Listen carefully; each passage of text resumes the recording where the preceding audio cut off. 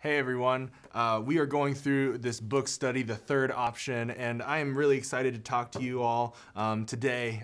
This is a really important study, and throughout this study, hopefully you're beginning to learn some action steps and figuring out ways that you can be engaging in relationships with other people. And sometimes this can be confusing. We don't really know where to begin. We might be too afraid of offending other people, and so I just want to put us at ease. For us, these kinds of relationships, it's ministry. And ministry isn't rocket science. Jesus talks about this really clearly in Matthew 22. It's the golden rule. It's the most important commandments, right? We're called to love God with everything we've got. And we are called to love our neighbors as ourselves. And so if we're doing these things, then there's nothing that we really need to worry about. Our intentions are pure, and so we don't need to be anxious about engaging with other people in these kinds of conversations. And so, as we continue moving forward, we might feel a little bit of discomfort, but don't be afraid of that. I think this is a good thing. You see, we all have prejudice. We all have biases, and they might be implicit or explicit, but they're things that are caught or taught throughout our lives. I have a friend and mentor. His name is Michael Megason, and something that he says is that it's hard to hate someone that you know. He talks about if there's someone that is like irritating him, he's like, I'm going to go get to know that person because it's going to be a lot harder to be angry with them if I actually have a relationship with them. We all have prejudices and prejudgments about other people, and Christians, we're not judgy, right? I actually think we really struggle with that, and so I think it's really important for us to begin to start working on those kinds of things. Pastor Danny up at Hope Ames, I heard a sermon of his a few months ago where he talked about calling out his own biases so that they don't become his idols. I think that's so important for us. There are things that can hold power over us if we allow it to, but we are called to live in other ways and interact with the world around us in different ways than allowing them to have the power. We identify them, we work through them, and we don't allow bitterness to creep into our hearts. In our prejudgments, we are making assumptions about other people. A little bit about my story. I'm adopted from South Korea. I was raised in Iowa from the time I was a baby up until I graduated high school. I went down south and I studied. I went to college in Kentucky. I went to seminary in Tennessee. And I ran from my ethnic identity for a majority of those life experiences that I just told you about. You see, for me growing up, I was in a very white community, and I didn't want to be seen as other. I didn't want to be seen as different from my parents. And so I tried to assimilate as much as I possibly could. A really common thing that happens with a lot of minorities, I think particularly Asian people, is this question, where are you from? I think it's a super common question, and I've gotten that a lot in my life. One instance was when I was in college. I went to a church. I'd been visiting it for a number of weeks, and we were, greeting people, greeting those around us. It was fine.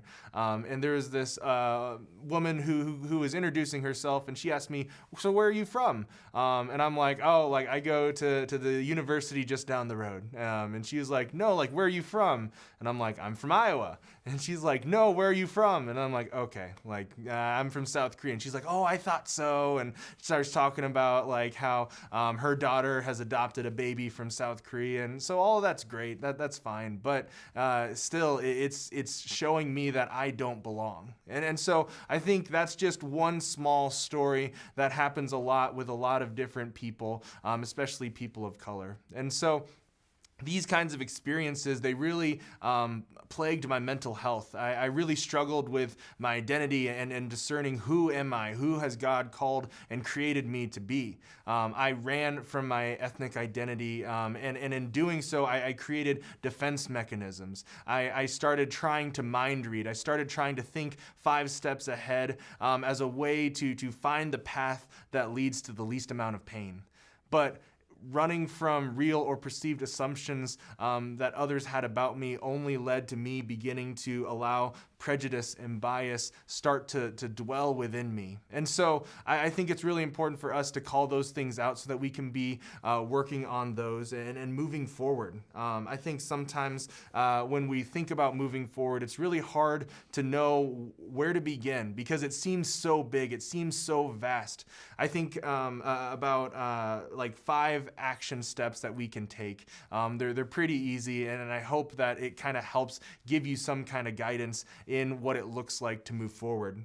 So the first action step that I thought of was identify ways that we view other people. First and foremost, we are all children of God before anything else. We are citizens of the kingdom of God before anything else. The question is that how we actually view other people? The second step is educate yourself. Education is so important, and it kind of concerns me how little education so many people, especially in America, have when it comes to history. For me personally, I didn't learn about the Japanese internment camps in Hawaii during World War II in school. I learned it through an episode of Hawaii Five-0. And so that's what it was like for me growing up in our educational system. I learned more about the civil rights movement in one lecture in seminary than I did all throughout my public school education. And so there's just a lot of gaps in history that I think we're missing. And so I think for us, it's so important to continue to do education and learning and listening outside beyond any kind of graduation that we may have experienced in our lives. I think it's so important for us to continue to learn. Number 3 is to engage in conversation with others that are different than you. This is so important. And if you are thinking about the people in your life, but you don't really have a safe person where you feel like you can begin an honest conversation with them, a really candid conversation where you can be like, hey, I want to learn, I want to grow, and so in doing so, I'm probably going to say things incorrectly. Is that okay? And if you're in relationship with that person, then they're going to be like, yeah, that's fine. I know you. I know your heart. But if you don't have a person like that in your life, then begin thinking about that. How can you start to begin to have relationship with other people, not for the sake of using them as a resource, but to be in community with one another, to help learn and grow and just make one another better and enrich each other's lives. I think we too often congregate with like-minded folk, and I think this really stunts our growth. The fourth, and this is a really big one, is don't perpetuate tokenism. For me, when I think about tokenism, I think about it being elevating someone because of a trait rather than who they actually are. I think hiring someone because they're a minority is a form of tokenism. Giving other people speaking opportunities because they're a minority is tokenism. Being friends with them, like I said before, to get street cred or something like that is a form of tokenism. In doing so, you are shrinking a person down to a singular trait, but we are created in the image of God. And when we're created in the image of God, we are full and complete people. But tokenism is minimizing us. And so think about chess, right? I am not a chess player, but I know this. The pawns, they're pretty dispensable, right? But what happens if we treat others like they're kings and queens, right? What if we loved our neighbors as ourselves? And then the 5th action step that I have for you today is to become more empathetic. We can't know what someone's experience is like, but we can try, we can learn, we can listen. What does it look like for you to turn your heart towards them? This doesn't mean pitying them, but what does it look like to have empathy for them? I think a great way to do this is to get outside of your comfort zone. I have a friend, Michelle Yoshimura Smith. She's awesome, and she, during a talk at Revive, said, had this challenge for them, is to go to a place where you are a minority. Get outside of your comfort zone. I think that's brilliant. That's super easy for us to be able to engage in. And in doing so, when you put yourself into a state of discomfort, you'll quickly find out your biases and your assumptions pretty quickly. So pay attention to that and listen. Listen to other people's stories. Listen to those around you. One of the ways that I have been trying to learn and grow is listening to the women in my life and what their experiences are like. As a man, I have different privileges and a different experience in our world than them. My friend Val, she told me about an experience that she had where she went on a silent retreat. And it was at this big estate. They had like a wall and security guards and stuff, not in like an intimidating way, but in a safe way. And she said that it was like one of the first times in her life where she felt totally at ease. And that just was really fascinating to me. Like I've never really had to consider that very often. But to hear her talk about that experience was really powerful and eye-opening to me. And so I encourage you to find people in your life and listen to their stories, continue to get outside of your comfort zone, and in doing so, you may not totally understand, but you'll begin to understand and be able to have empathy and care for them. There's a lot of things going on here, right? There's a long ways to go. And when I think about jumbled messes, I think about Christmas lights, right? After all year, you're getting the Christmas lights out, but it's always a tangled mess. And there's no quick fix, at least in my experience, in untangling a ball of Christmas lights. I've tried. But what you got to do is just do it 1 inch at a time, 1 strand at a time until it's all untangled.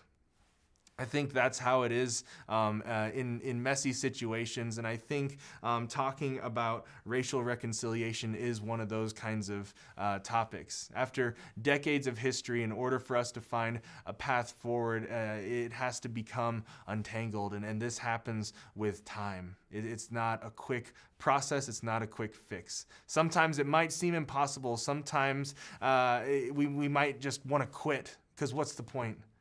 But I encourage you, keep going. Don't wait for the next tragedy to hop on the anti-racism train. I think about this quote from one of my favorite authors. His name is Henry Nouwen, and he says, "Compassion can never coexist with judgment because judgment creates the distance, the distinction, which prevents us from really being with the other." I think this is so important. We are called as children of God to help close the gap. We are called to help heal and bring healing to the world around us. And so what does it look like to help close the gap? We are called to be one body, but we can't do that if we're divided.